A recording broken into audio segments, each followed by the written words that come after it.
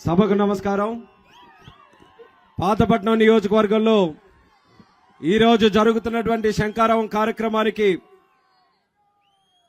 మన అందరి అభిమాన నాయకుడు, యువతరానికి దిక్సూచి, రేపు భావితరాలకి దిశ నిర్దేశం చేసేటటువంటి నాయకుడు, మనం అందరం ఎంతో అభిమానంగా ఎప్పుడు వస్తాడా మన ప్రాంతానికని ఎదురు చూసేటటువంటి నాయకుడు, మనం ముద్దుగా అన్నగారని పిలుచుకునే స్వర్గీయ నందమూరి తారక రామారావు గారి తాలూకా మనవడు, అలాగే మన అందరి ఆదర్శ నాయకుడైనటువంటి నారా చంద్రబాబు నాయుడు గారి తనయుడు, మన అందరి సోదరుడు, తెలుగుదేశం పార్టీ జాతీయ ప్రధాన కార్యదర్శి నారా లోకేష్ గారికి ముందుగా నా నమస్కారాలు తెలియజేసుకుంటూ, వేదికను అలంకరించినటువంటి పెద్దలు, సభాధ్యక్షులు, గతంలో ఎమ్మెల్యేగా పనిచేసి మళ్లీ రాబోతున్న ఎన్నికలకి సిద్ధం కాబోతున్నటువంటి మన సోదరులు కలమట రమణ గారు, అలాగే జనసేన స్థానికంగా ఉన్నటువంటి మన అధ్యక్షులు గేదెల చైతన్య గారు, అలాగే జనసేన జిల్లా అధ్యక్షులైనటువంటి పిసిని చంద్రమోహన్ గారు,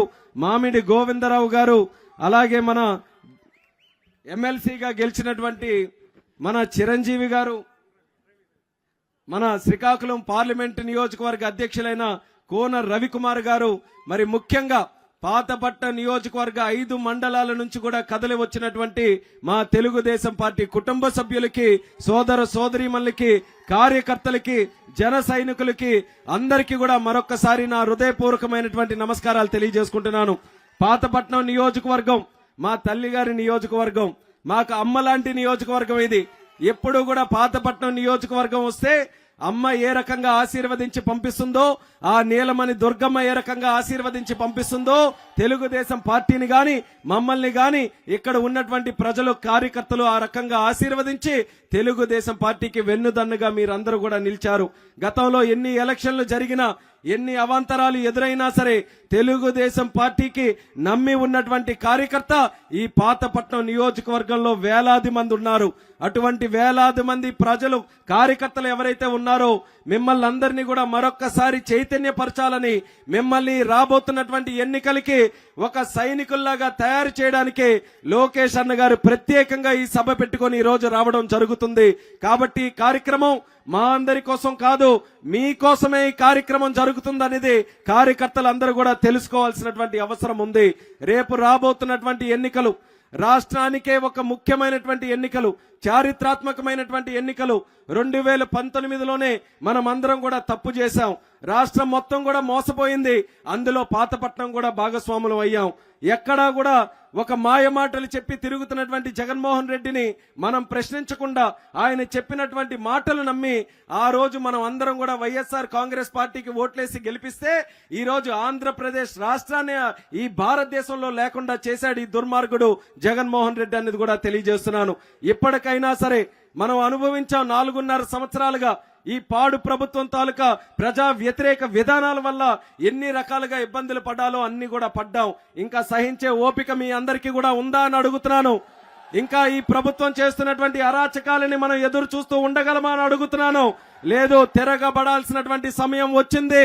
తిరుగుబాటు ఎలాగుంటుందో చూపించాలని పాతపట్నం సైనికులందరికీ కూడా ముందుకు రమ్మంటున్నాను. భవిష్యత్తులో జగన్మోహన్ రెడ్డి గాని, వైఎస్ఆర్ కాంగ్రెస్ పార్టీ గాని తప్పు చేయడానికి ముందుకు వస్తున్నటువంటి నాయకుల్ని గాని ఈ రాష్ట్రంలో వాళ్ళకి చోటు లేదన్నటువంటి విధంగా బుద్ధి చెప్పే తరంగా మీరందరూ కూడా రాబోతున్నటువంటి ఎన్నికల్లో తెలుగుదేశం పార్టీ, జనసేన పార్టీ కూటమిని బ్రహ్మాండమైనటువంటి మెజారిటీతో గెలిపించమని కార్యకర్తలందరికీ కూడా ఈ సందర్భంగా పిలుపునిస్తున్నాను.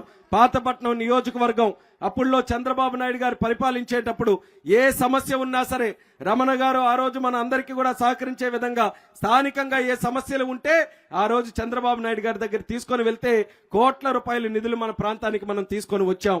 5 మండలాలు, అన్ని ప్రాంతాల కంటే పెద్ద నియోజకవర్గం మన పాతపట్నం నియోజకవర్గం. పాతపట్నం నియోజకవర్గంలో ఒక పక్క నుంచి ఇంకో పక్కకి వెళ్ళాలంటే ఆల్మోస్ట్ ఈస్ట్ గోదావరి వెళ్ళిపోయినట్టుగా మనకు అవుతుంది. ఎల్లన్నపేట నుంచి మనం మిలియాపుట్టి గొప్పిలి వరకు రావాలనంటే అటువంటి అంత సుదీర్ఘమైనటువంటి ప్రాంతం, కొండల ప్రాంతం, గిరిజనుల ప్రాంతం ఉన్నటువంటి పాతపట్నం నియోజకవర్గంలో అందరూ కూడా ఆనందపడిచేలాగా అభివృద్ధి చేయాలనంటే చాలా కష్టసాధ్యమైనటువంటి పని. కానీ తెలుగుదేశం పార్టీ చేసి చూపించింది. అటు గిరిజనులు గాని 5 5 మండలాల ప్రజానికం గాని ఏ గ్రామమైనా సరే మన గ్రామాలన్నీ కూడా సర్వసుందరంగా అభివృద్ధి చేసినటువంటి ఘనత మన తెలుగుదేశం పార్టీదే అనేది మరొకసారి మీ అందరికీ కూడా గుర్తు చేస్తున్నాను. గ్రామాలు ఎంత చక్కగా అభివృద్ధి చేసుకున్నాం.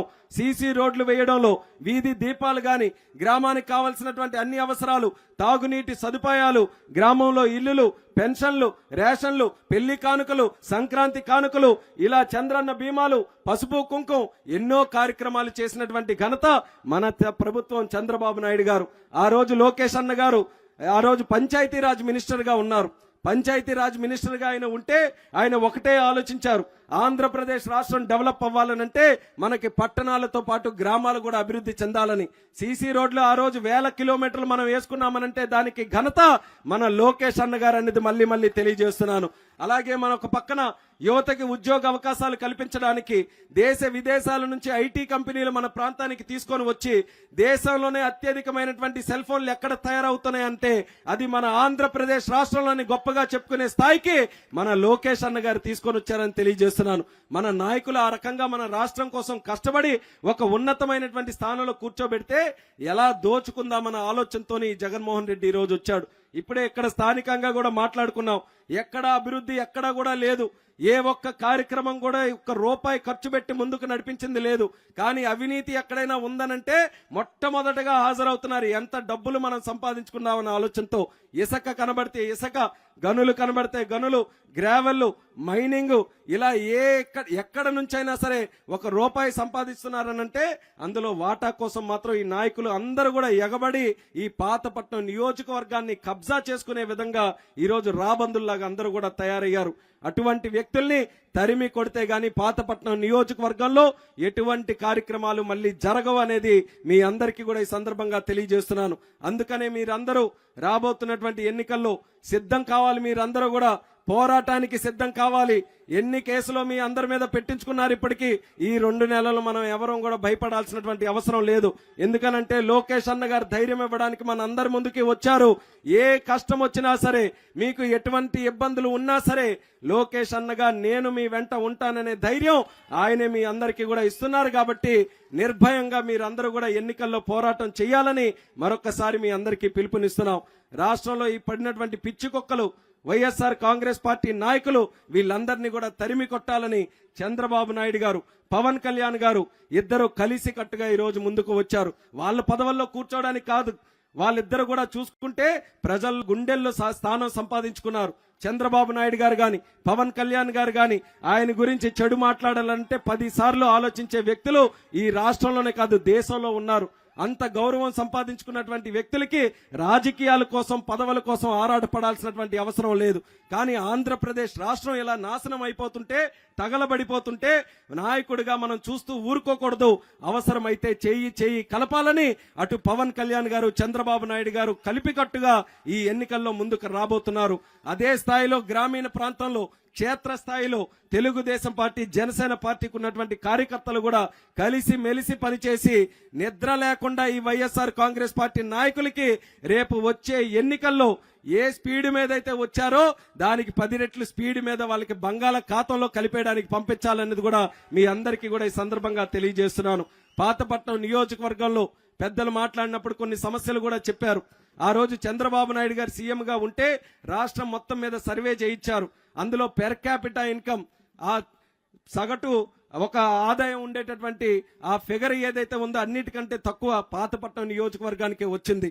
ఆ రోజే చంద్రబాబు నాయుడు గారు ఒక విజన్తో ఇక్కడ పరిశ్రమలు తీసుకొని రావాలి, ఇక్కడ అదనంగా రాష్ట్రంలో ఏ కార్యక్రమం చేసినా సరే పాతపట్నంలో ఒక అడుగు ముందుకు వేసి ఇక్కడ కార్యక్రమాలు చేయాలని ఎంతో తాపత్రయంతో కొంత ప్రయత్నం చేశాం. కానీ అనుకున్నంత స్థాయిలో ఆ రోజు చేయలేకపోయినా ఈ రోజు మన అవగాహన పెరిగింది, ఈ రోజు మనకున్నటువంటి ఆలోచనలు పెరిగాయి. ఈ రోజు లోకేష్ అన్న గారు తోడు కూడా మనకుంది. కాబట్టి రాబోతున్నటువంటి ప్రభుత్వంలో మనం పాతపట్నం నియోజకవర్గం, ఎందుకనంటే మనం అంటున్నాం శ్రీకాకుళం జిల్లా వాసులు అన్ని దగ్గరలా ఉంటారని. మీరు ఆ శ్రీకాకుళం జిల్లా వాసుల్లో కూడా పర్సంటేజ్ తీస్తే పాతపట్నం నియోజకవర్గ ప్రజలు ఎక్కువ ఉంటారు. హైదరాబాద్ లో గానీ ఎక్కడైనా పనికి వెళ్లేటటువంటి వారు ఊర్లే ఈ రోజు కాలనీలన్నీ కూడా బయట ఉన్నాయి పాతపట్నం నియోజకవర్గం తాలూకువి. అటువంటిది వలసల కోసం ఎక్కువ మంది ఇక్కడి నుంచే ప్రయాణం చేస్తున్నారు. కాబట్టి వాళ్ళకి తిరిగి ఇక్కడే వాళ్ళందరూ కూడా చక్కగా పని చేసుకునే అవకాశం మళ్ళీ మన ప్రభుత్వం వచ్చిన తర్వాత వాళ్ళకి కల్పించాలి. వాళ్ళకి ఉద్యోగ అవకాశాలు స్థానికంగానే ఇవ్వాలి. స్మాల్ స్కేల్ ఇండస్ట్రీస్ కానీ, మీడియం స్కేల్ ఇండస్ట్రీస్ కానీ, ఎంతో మంది ఆంటర్ప్రినర్స్ ఇక్కడ మా ముందున్నారు.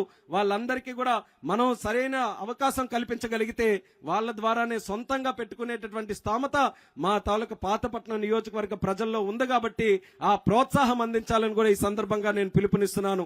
అలాగే మరొక పెద్ద వర్గంగా గిరిజనులు ఉన్నారు. ఆ రోజు ఐటీడీఏ సీతంపేటలోనే పెట్టినటువంటిది స్వర్గీయ నందమూరి తారక రామారావు గారు. ఆయన ఐటీడీఏలు పెట్టి గిరిజన ప్రాంతంలో సరికొత్త వెలుగులు తీసుకొని వస్తే మళ్ళీ దుర్మార్గుడు పిచ్చి తొగ్లకు సైకో ఏ రకంగా ఆలోచించాడో జిల్లాలన్నీ కూడా విభజన చేసేసి తారుమారు చేశాడు. ఈరోజు ఐటీడీఏ లేకుండా అయిపోయింది.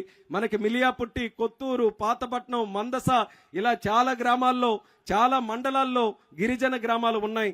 ఎటు వెళ్లాలో తెలియనటువంటి పరిస్థితి ఉంది. అందుకనే మళ్ళీ మా జిల్లాలో ప్రత్యేకంగా ఐటీడీఏని ఏర్పాటు చేయడానికి లోకేష్ అన్న గారి దృష్టిలో ఈ సందర్భంగా పెట్టడం జరుగుతుంది. ఖచ్చితంగా చేసి తీరాలన్నది కూడా ఆ డిమాండ్ని కూడా ఈ సందర్భంగా తెలియజేసుకుంటున్నాం. గిరిజన గ్రామాలని ఆ రోజు మన ప్రభుత్వంలో ఉన్నప్పుడు కోట్ల రూపాయలు ఇచ్చి వాళ్ళందరికీ కూడా అభివృద్ధి చేశాం. లోన్లు ఇప్పించేటటువంటి కార్యక్రమం చేశాం. కానీ ఈరోజు ఒక్క రూపాయి కూడా గిరిజనులందరికీ కూడా లేదు.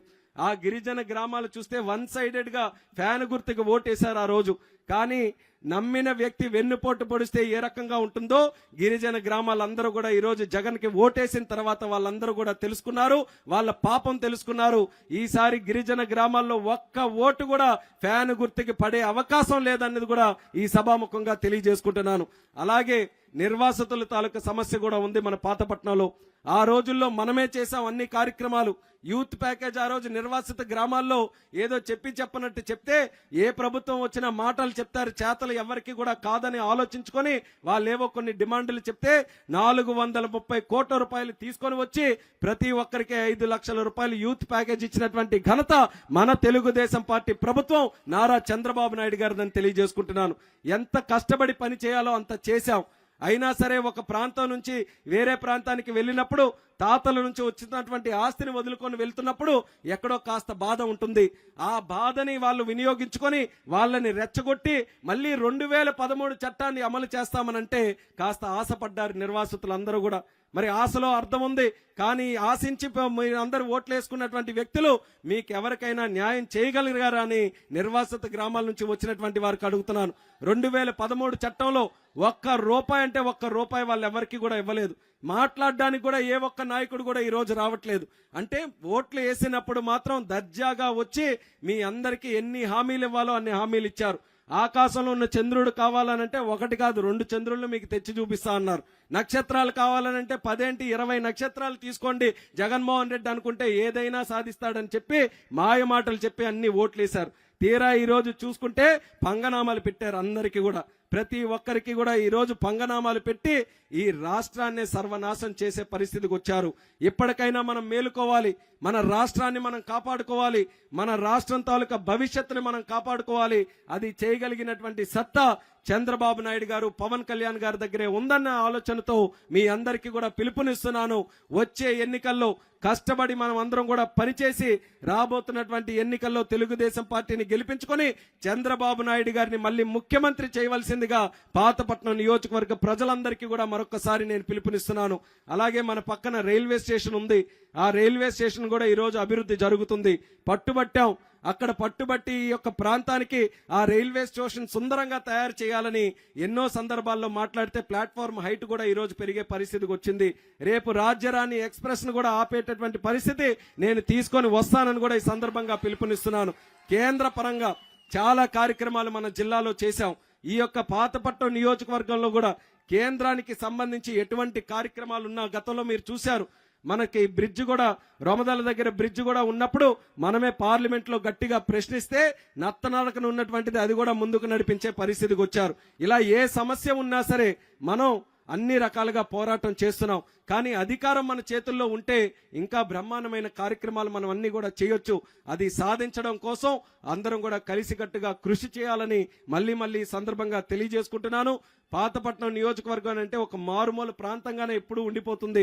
అటువంటి ప్రాంతానికి ఈరోజు ప్రాధాన్యత ఇచ్చి లోకేష్ అన్న గారు ఇక్కడికి రావడం నిజంగా నాకు ఎంతో ఆనందంగా ఉంది. బాధ ఏంటంటే 7 నియోజకవర్గాలు అన్నీ అయిపోయినాయి. ఈ రోజుతోని మళ్ళీ వెళ్ళిపోతున్నాడు నెక్స్ట్ పాలకొండ.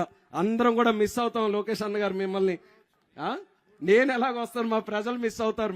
మా ఆలోచన ఏంటంటే మీకు ఇక్కడే ఉంచేయాలని. కాబట్టి ఇప్పుడైతే మీ తాలూకా ప్రయాణం రాష్ట్రాని కోసం అవసరం, రాష్ట్ర యువత కోసం అవసరం, రాష్ట్ర ప్రజల కోసం అవసరం. కాబట్టి మా శ్రీకాకుళం జిల్లాలో ఉన్నటువంటి దేవుళ్ళు అలాగే ప్రజలు అందరి తాలూకా ఆశీస్సులు మా లోకేష్ అన్న గారికి ఇచ్చి మీకు మా రాష్ట్రం కోసమే పంపిస్తున్నాం.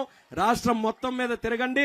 మీరు ఎక్కడ అడుగు పెట్టినా సరే ఆ నేల పులకిస్తుంది, మా యువత పులకిస్తున్నారు, ముందుకు వస్తున్నారు. కాబట్టి ఖచ్చితంగా మీరు రాష్ట్రం అంతా కూడా తిరిగి మన అనుకున్నటువంటి లక్ష్యం సాధించుకొని విజయ వీరుడుగా మళ్ళీ మా పాతపట్నం నియోజకవర్గం మీరు రావాలని ఈ సందర్భంగా తెలియజేసుకుంటున్నాం. ఎంతో పవర్ఫుల్ అయినటువంటి మా నీలమణి దుర్గమ్మ ఇక్కడే పక్కనే ఉంది. ఆమె తాలూకు ఆశీస్సులు కూడా మీకుండాలి, మనందరికీ ఉండాలి, మన పార్టీకి ఉండాలని మరొకసారి కోరుకుంటూ ఇంత పెద్ద ఎత్తున విచ్చేసినటువంటి పాతపట్నం నియోజకవర్గ ప్రజలందరికీ కూడా మరొకసారి నా శిరస్సు వంచి హృదయపూర్వకమైనటువంటి నమస్కారాలు తెలియజేసుకుంటూ మీ అందరి దగ్గర సెలవు తీసుకుంటున్నాను. జై హింద్, జై జన్మభూమి, జై తెలుగుదేశం, జై చంద్రబాబు నాయుడు గారు.